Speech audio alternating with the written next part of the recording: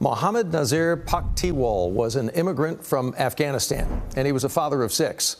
He died Saturday at Parkland Hospital less than a day after ICE took him into custody.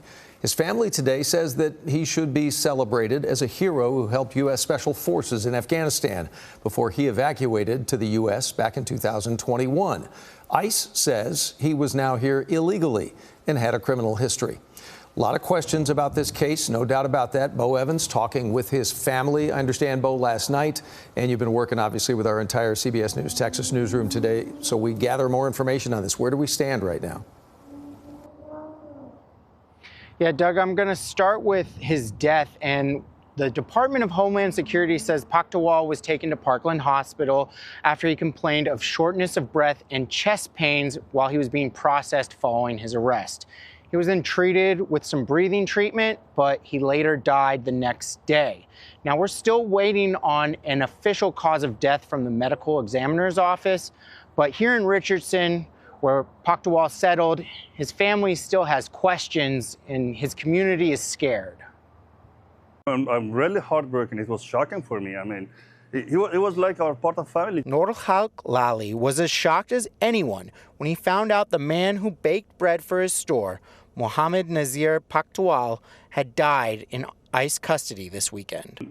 He was taken, because out of Afghanistan because his life was in danger. But now we are feeling more dangerous here than to be in Afghanistan. Pakhtiwal's family has said that he worked for years with the U.S. Special Forces in Afghanistan and came here with the help of the U.S. government because he was in danger, which is what makes this case confusing. So we sat down with the former head attorney for U.S. Citizen and Immigration Services to find out more about Pakhtiwal's status.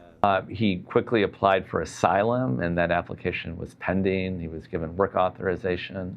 Documents show Pakhtiwal entered the U.S. in August of 2021 and was quickly paroled. So parole is a classic way to get someone into the country if you don't have if they don't have a visa. Hunker described it as a way to get someone into the country while they wait for asylum.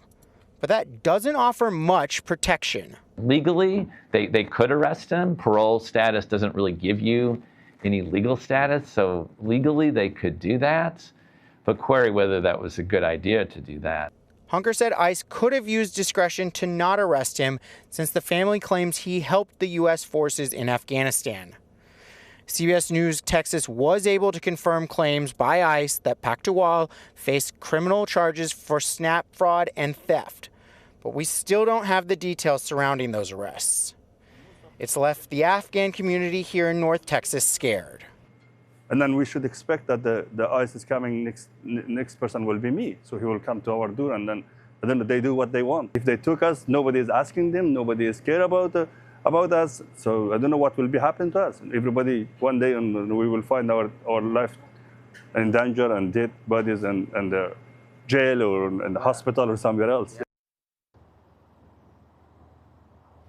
Yeah, so what we're still trying to confirm is Pakhtiwal's connection to the U.S. Army. Exactly what was he doing and who was he helping? We're also trying to confirm details surrounding those criminal charges that we mentioned. We even got some new details right before we were going on air. I'm not comfortable sharing those right this minute. We can say right now that, he was arrested for theft and that he was facing criminal charges for SNAP fraud. But as soon as we go through that information, we're going to bring it to you right here and online. But Doug, right now in Richardson, Bo Evans, CBS News, Texas.